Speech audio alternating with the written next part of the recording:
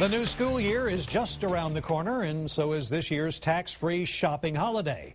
It runs from Friday to Sunday this weekend and gives parents a good opportunity to save the cost of sales tax on certain school supplies and clothing. But there are a few things you need to know to make sure you really come out ahead this tax-free weekend. That's the topic of the first story in our new Consumer Investigation series. We've partnered with the Better Business Bureau to bring you weekly stories to help you become a more informed, more empowered consumer. Here's KXAN Sally Hernandez with some tax-free shopping tips you may not have thought about. Long lines, a lot of traffic, a lot of excitement. It's going to be very busy. Grab your list. Tax-free weekend is almost here. The state's program offers parents a chance to save on eligible school supplies by not paying sales tax, saving parents a little more than 8% in most areas here in Central Texas. $8 for every $100 spent.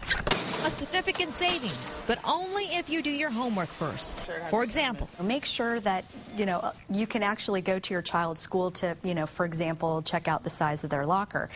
Why? Well, strict return policies and restocking fees can eat up all your savings if you have to take something back to the store. Say you buy an expensive graphing calculator. Okay, now this one costs about $100 at most big box stores.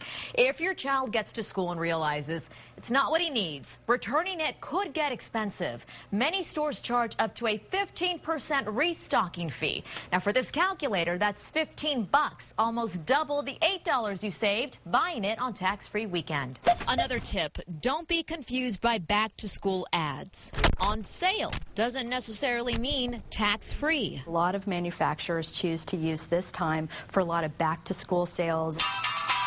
A lot of, promoting cell phones and laptops, and a lot of these kinds of electronics are prohibited at schools. Not only are cell phones and laptops often banned at schools, they're also not on the tax-free list. And remember, in the end, tax-free weekend is essentially an 8% off sale. It is possible that you could save just as much or more by shopping back-to-school sales at other times.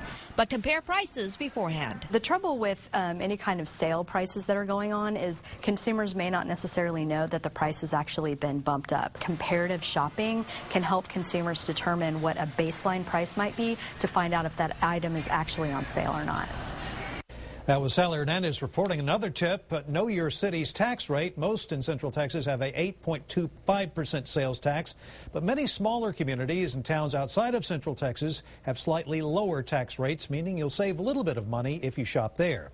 For a listing of the tax rates in all Texas communities, you can go to KXAN.com. There you'll find a news section on our website dedicated to our new Consumer Investigation series. Just click on Consumers under the News tab to get there. For tonight's story, we posted a printable tip sheet to take you along with you when you go shopping, helpful links, and a complete listing of eligible tax-free items. If you've witnessed a consumer scam, you'd like to check it out, please let us know about it.